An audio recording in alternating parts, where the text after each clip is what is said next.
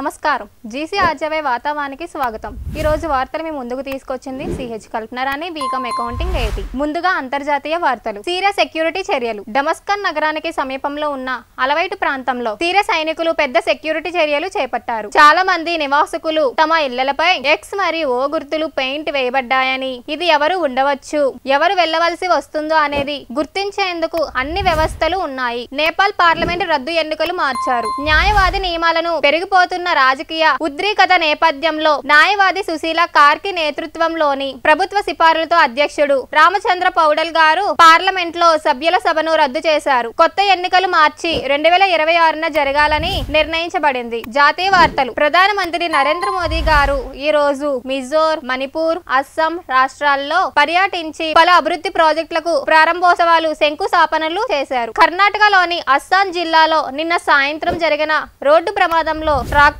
అదుపు తప్పి దూసుకెళ్లడంతో 8 మంది మృతి చెందారు, 20 మంది పైగా గాయపడ్డారు। రాష్ట్ర వార్తలు। పురాత కాలం నాటి విజ్ఞానం జ్ఞాన్ భారత మిషన్ ద్వారా డిజిటలైజ్ అవుతుందని ప్రధానమంత్రి నరేంద్ర మోదీ గారు పేర్కొన్నారు। భారత్ లాంటి దేశాలలో సంక్షేమం, అభివృద్ధి రెండింటినీ సమానత్వంగా చేయాల్సిన అవసరం ఉందని ఆంధ్రప్రదేశ్ ముఖ్యమంత్రి నారా చంద్రబాబు నాయుడు గారు తెలిపారు। విద్యా వార్తలు। రాష్ట్రంలో ఉద్యోగం లేని యువతీ యువకులకు ఒక మంచి అవకాశం ఉంది। రేషన్ కార్డు ఉన్నవారు ఉచిత నైపుణ్యత శిక్షణ పొందగలరని, వీటిలో వసతి మరియు భోజన సేవలు కూడా ఉచితంగా ఉంటాయని వార్తలు ఉన్నాయి।